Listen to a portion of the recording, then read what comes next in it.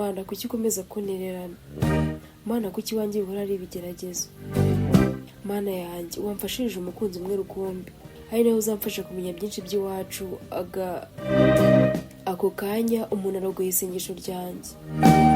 Mbona ni umugabo mukuru, mbona yambaye amakoti na rinete, afite briefcase, bigaragara ko ari kujya nko mu kazi.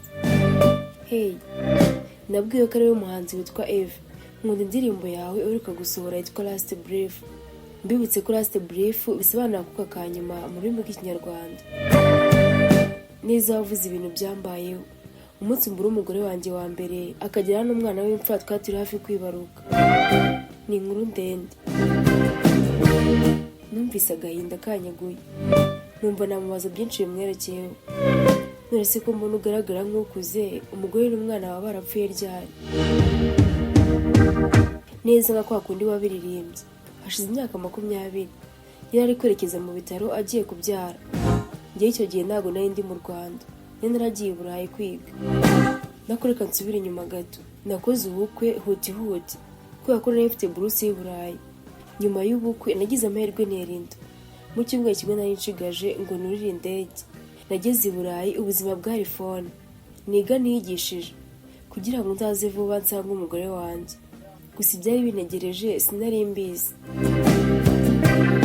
Byibuka hari nimugoroba, muhamagara nk'uko byari bisanzwe kuri video call, yanga kunyitaba. Hashize akanya mbona message. Umugore wawe ari kunda, ihangane muravugana amara kwibaruka. Bwarakeye nta makuru na make yamfiteye. Binyanga mu nda, ndongera ndahamagara. Nitabwa n'ijwi rinini ntazi. Rimbwira ko ari Dogiteri umuriho, ngo ko umwana yagize ibibazo mu gusohoka. Gusa ijambo yavuze ryanshenguye umutima ni Last Brief. Ngo bigaragara ko umugore wawe ari kuri Last Brief. Umwana we byarangiye. Guhera uwo munsi sinongeye kumva inkuru y'umugore wanjye n'umwana wanjye. Yewe sinzi n'aho bashyinguye. Natumye abo mu muryango ngo bandebere ku bitaro bya Faisal, aho yari yaragiye kubyarira. Ikiniga cyaramwishe, mbona abuze icyo avuga.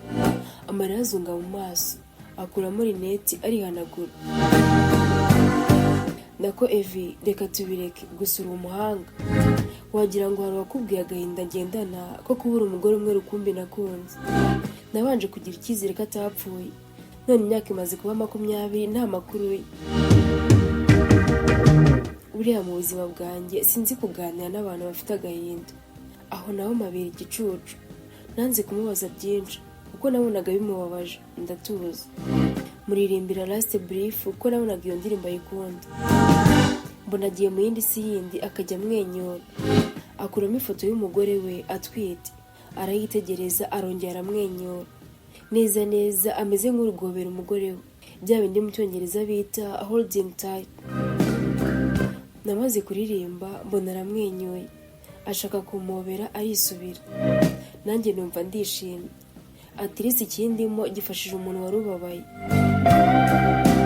Agatima ni iyo mba nari kumwe na Gerard, wenda tukamuririmbira turi kumwe. Acuranga gitari, nari naramaze kumva ko gucuranga byumva cyane. Gusa ibihe ntibyankundiye.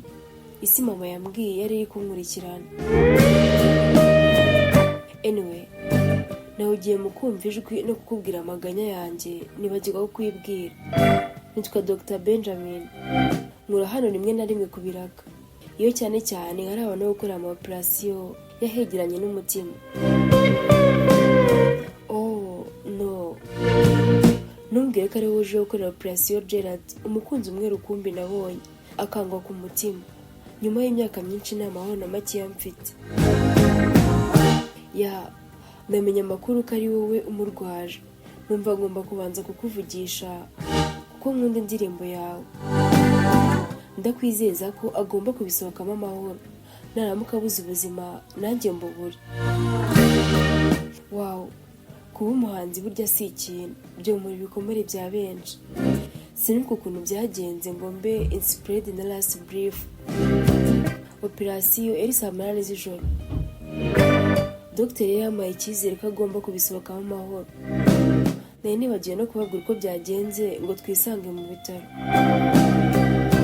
Umuntu utazwi yashe JB Dekira n'abahungu bagwa hasi. mambura my Gerard turarebana turasomana. Mu gihe twitegura gusohoka ngo tujye gukomereza ubuzima no kwishima mu rugo kuko watugendaga we ari hasi. Numvaga mfite n'amashyushyu yo guhita ndongorwa nkaba umugore. Ahasigaye njye na Gerard tugakora groupe y'abanyamuziki cyangwa umuhanzi we akaba umucuranzi nka Utera Knowless ndetse n'umugabo we Clement. Izo ni indoto zanjye nari mfite ubwo twahubiranaga tukanga kurikurana. Ariko se byarangiye amahoro? Wa muntu yaragarutse numva murasha isasu rimufata hafi y'umutima rinamuheramo. Twageze mu bitaro, gahunda ari ukubagwa bakarikuramo, ariko bikaba bisaba umudogiteri w'umuhanga ku buryo atazagira ibindi yangiza. Ngayo nguko ibyanjye bihora ari hasi hejuru. Nimutungurwe nuko mba mbivuga nka joke, nuko nari narabaye ikinya, nta byadanje byari bikimbabaza. Nyuma y'icyizere cya dogiteri yansabye kuba ngiye mu rugo nkaruhuka nkanagira ibyo nitaho, kuko yaranyijeje ko namara kubagwa nta mpamvu yo gutinda mu bitaro. Ibyishimo byari byose, numvaga dogiteri mufitiye icyizere. Nageze mu rugo banza gushyira ibintu byose ku murongo mu cyumba nateganyaga ko azarwariramo. Ngaruka muri salo kureba ya gitari, ndebye neza mbona envelope munsi y'urugi, ngwa mu rujijo. Ese bayizanye kare? Ihamaze akanya? Nta na kimwe nari mbiziho. Gerard, yego nararashwe, ariko amakuru angeraho ni uko nawe wagezeho nyuma ukaraswa. Hari ikintu kimwe wakagombye kumenya: mafia never die. Tuba twambaye bulletproof vest brother. Gusa abahungu banjye bo babipfiriyemo, ariko nta kundi. Mfa kuba ngihari ngo mpangane nawe. Reka dutegereze kuva mu bitaro, ni nabwo nzaba mfite umwanya wo kubica nabi. Just gorera girlfriend wanjye n'umuhungu we Igor.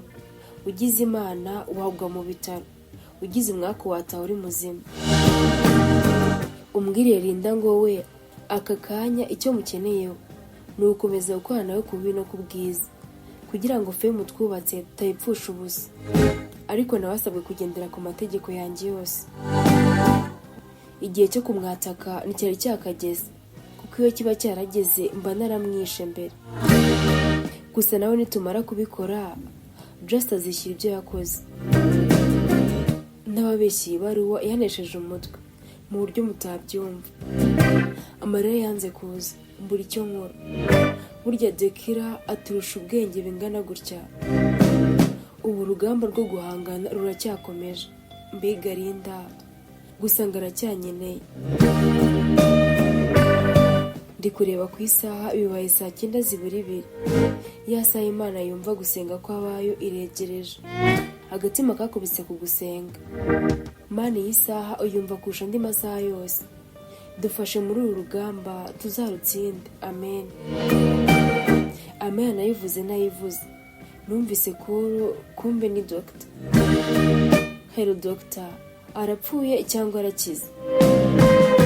Wow, abisohotsemo neza. Wowe tukavugana. Baby, nishimiye ko birangiye amahoro. Ndumva nahitanza kwa muganga. Atiriste nkakubona. Dogiteri anganije ubuzima bwe n'umugore we. Numva ngize ubwoba bw'ibintu bitarasi brief. Baby no, meze neza, wikiri gupanika. Anyway, urumva witeguye kunyumva? Ntabwo uri bwe muri koma nkanjye. Okay, ndumva uri strong kabisa. Nakiri ibaruwa ya JP Dekira ntiyapfuye. Namubwiye byose, ariko numva we n'ibimukanze, ndatungurwa. Ariko nkeka ko ariko akwihagararaho ko batipe. Okay, urakoze kumpumuriza. Anyway, inze se cyanze kugutwara mu gitondo. Okay, reka nduhuke. Nshimiye Imana kuri Mutaraga. Burya hari urukundo niyo hazi iki, mama mumva kitabakanga. Mu rukerera phone yarasonye. Wapi kuyifata byanze. Nari mfite ibitotsi n'udutotsi. Narwaje umusheri, nta munsi urashe nanjye mvuye muri koma. Narebyeho ndi kunyereretsa mbona ni Dogiteri. Hello Evi, nkwiye urupfu nanjye. Ndakwinginze mbabarira n'ukuri. Doctor, uri kuvuga ibiki? ndashaka ko duhura wenda ukanyicira.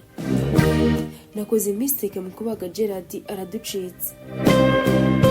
No doctor, nikubise hasi nubamye biranga kubyakira. Doctor, aho nawe nuri kumwe n'abandi bose ukaba wambeshyaga. Umfata uko ubishaka, gusa ni ukuri bwari ubushake bwanjye. Imana iduhe kubyakira kuko sinabishakaga pe. Uribuka isezerano wampaye ngo no gupfa wapfa aramutse aducitse? N'ubundi nabaye umugome, nabaye inkozi y'ibibi kuva kera. Wirinde guhura nanjye cyangwa kuguma hafi mu Rwanda.